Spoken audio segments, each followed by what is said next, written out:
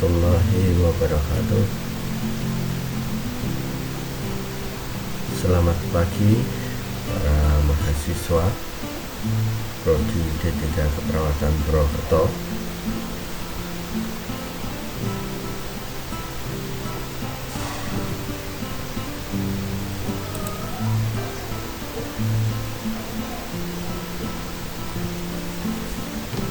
Baik, perkenalkan, nama saya Heri Prasetyo. Saya sebagai koordinator pada mata kuliah Antropologi Kesehatan.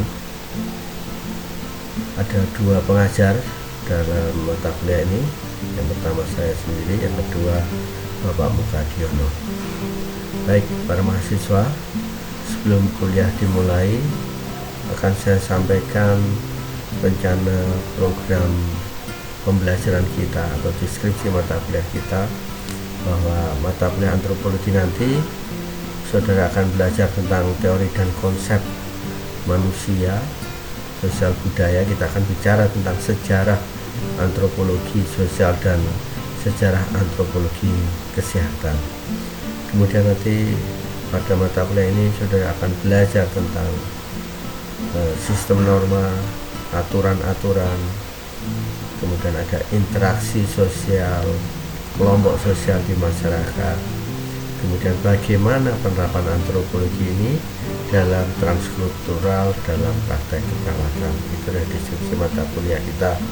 Jadi nanti ada 16 kali tatap muka termasuk UTS dan ujian akhir semester.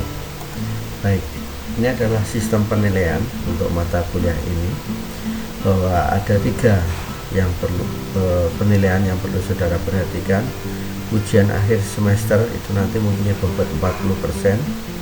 Kemudian ada ujian tengah semester itu 35%, dan ada tugas individu nanti yang diberikan oleh masing-masing pengampu itu mempunyai bobot 25% dari total 100%. Kemudian ada ketentuan yang harus saudara penuhi ketika saudara mengikuti mata kuliah ini, yaitu bahwa tingkat kehadiran saudara dalam tatap muka maya daring ini adalah 75%, tatap muka maya.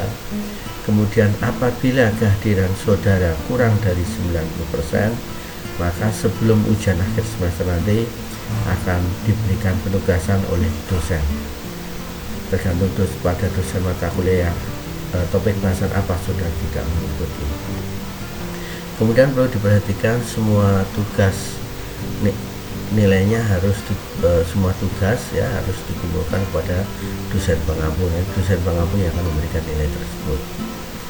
Kemudian pembelajaran ini selama 16 kita tapukan nanti akan dilakukan secara daring, tatap muka maya selama 16 . Tolong sebelum ujian, sebelum hadir dalam perkuliahan, yaitu kalau jadwal kita adalah jam 13 sampai 15, nanti pukul 13 saudara sudah mengisi daftar hadir kuliah. Ada form yang harus saudara isi pada setiap pertemuannya untuk daftar hadir kuliah. Nanti akan dibatasi sampai dengan jam 15. Kemudian pada setiap materi pada pertemuan itu sudah tersedia bahan ajar yang bisa saudara download bahan ajar tersebut, kemudian saudara pelajari setelah perkuliahan online ini. Oke, itu saya kira itu kontrak belajar yang penting yang perlu saya sampaikan. Baik, untuk mengawali pertemuan pada siang hari ini, topik pertama yang akan saya berikan adalah tentang sejarah perkembangan antropologi. Sejarah perkembangan antropologi di dunia nanti akan kita pelajari adalah bagaimana fase-fase perkembangannya, kemudian bagaimana antropologi itu sampai di Indonesia. Kemudian ini ditutup dengan aktivitas belajar mandiri. Ini yang paling penting yang saudara perhatikan. Baik, yang pertama bahwa sejarah perkembangan antropologi itu dimulai dari negara-negara di Eropa dari peradaban Barat pertama kali diperkenalkan di Prancis oleh Edward pada tahun 1839.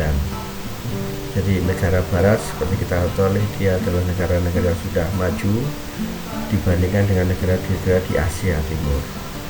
Kemudian pada tahun 1874 di Inggris ya ada Oxford University yang mulai mempelajari tentang antropologi yang dipelopori oleh Taylor. Dia seorang ahli arkeolog dalam peradaban Yunani dan Romawi kuno, dan di universitas tersebut dia sebagai dosen pertama yang mengajarkan mata kuliah antropologi. Kemudian berkembang ya, seperti kita ketahui bahwa orang-orang Inggris itu kemudian dia melakukan perjalanan sampailah dia di Amerika ya.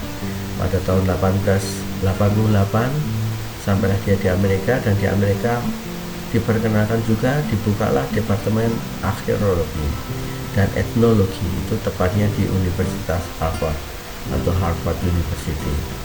Demikian juga pada tahun yang sama di Jerman berkembang juga tentang antropologi, dan yang mempelopori adalah Franz Boas. Maka beliau ini karena dia adalah orang pertama yang menulis tentang buku antropologi dengan judul The Southern Eskimo, maka Mr. Franz Boas inilah yang dikenal sebagai bapak antropologi dunia. Kemudian bagaimana perkembangan antropologi? Ini ada 4 fase ya perkembangan antropologi itu. Yang pertama itu sebelum tahun 1800-an. Seperti kita tahu bahwa bangsa-bangsa Eropa dia adalah sudah maju dalam peradabannya, dia itu menjelajahi dunia. Disitulah antropologi mulai berkembang. Kemudian fase kedua yaitu pada tahun 1800-an kenalah dengan etnografi. Etnografi itu apa? Karena dia menjelajahi dunia, jadi dia tahu suku-suku bangsa apa yang ada di belahan dunia yang lain. Ini dikenal dengan etnografi. Kemudian pada fase ketiga awal abad 20-an itu negara-negara Eropa itu berlomba-lomba dia membangun koloni di benua lain, terutama di Asia ya. Jadi itu ada fase ketiga. Dan fase keempat ini pada tahun 1930-an ini di Indonesia ya, tadi yang saya sampaikan bahwa semangat nasionalisme itu sudah mulai tumbuh dan bangsa kita menjadi ingin terbebas dari penjajahan. Jadi inilah fase-fase perkembangan dari antropologi. Kemudian sampailah antropologi itu tadi pada tahun 1930-an masyarakat kita itu keaslian masyarakatnya mencoba dipertahankan oleh kolonial ya, bahwa masyarakat kita itu sebetulnya adalah masyarakat yang sangat baik, cinta damai begitu ya, karena oleh bangsa Belanda dibuat menjadi terkotak-kotak gitu ya, pecah belah, maka jajalah gitu ya. Jadi pada tahun ini bangsa kita itu menjadi lemah sehingga mudah dikuasai karena dengan politik divide et impera tadi.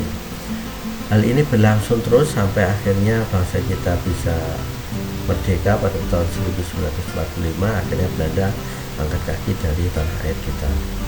Setelah itu Indonesia merdeka dan antropologi mulai menempati posisi yang strategis. Untuk apa? Untuk menjaga ketertiban sosial di Indonesia.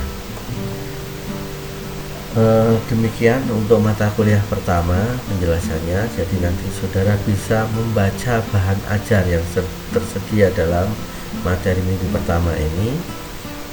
Ada tugas yang perlu saudara berikan, yaitu tugasnya membaca tinjauan literatur tentang sejarah antropologi, teori antropologi ya. Jadi tugasnya saya kira ini bisa saudara download, nanti dibaca ya. Setelah dibaca nanti saudara coba membuat summary atau simpulan dari tinjauan buku yang saudara baca.